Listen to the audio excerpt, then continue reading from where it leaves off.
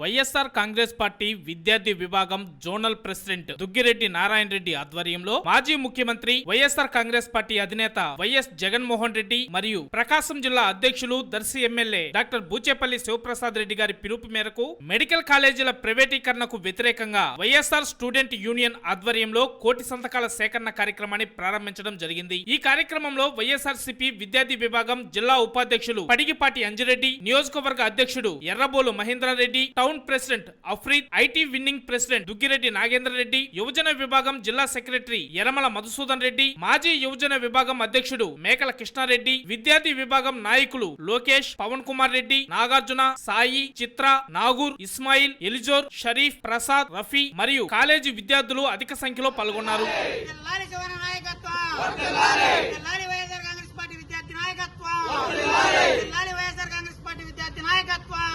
జై